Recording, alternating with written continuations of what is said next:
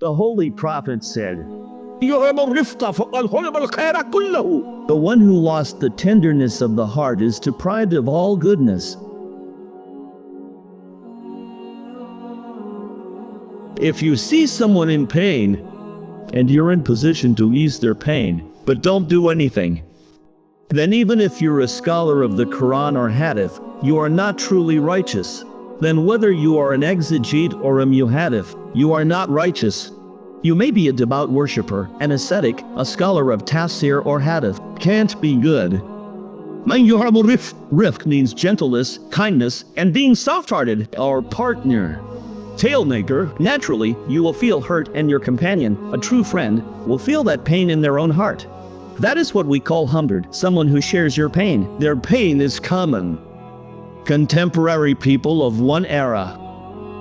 Jama'at, those studying in a class, sympathetic. Though the blade strikes another, it's our heart that bleeds. If that's not compassion, what is? If it's not a relationship, if it's not empathy. If you see someone in pain and it doesn't move your heart, and you're able to help but choose not to, then all goodness is lost in you. You are deprived of all goodness. Then keep on praying salah or tahajjud.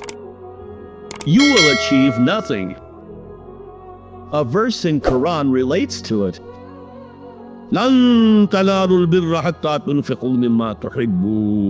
What could be more categorical than this? A negation with lun in the present tense. It is the strongest form of denial. You will never attain righteousness until you give from that which you love. Giving away a torn shirt to someone isn't charity. But that which you love, you will never attain righteousness.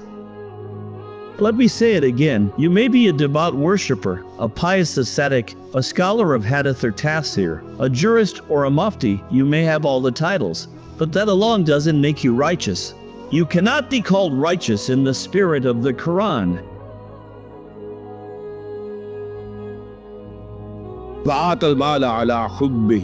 In the order mentioned by the Quran, the first right belongs to close relatives. And this is where most of us fall short. Kindness is shown to strangers, yet the widow and children of our own brother are forgotten, all because of past misunderstandings.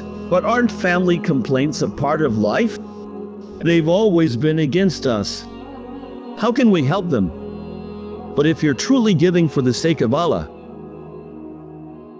then no, they have the first right. If you are to give to Allah, then the truth will be theirs.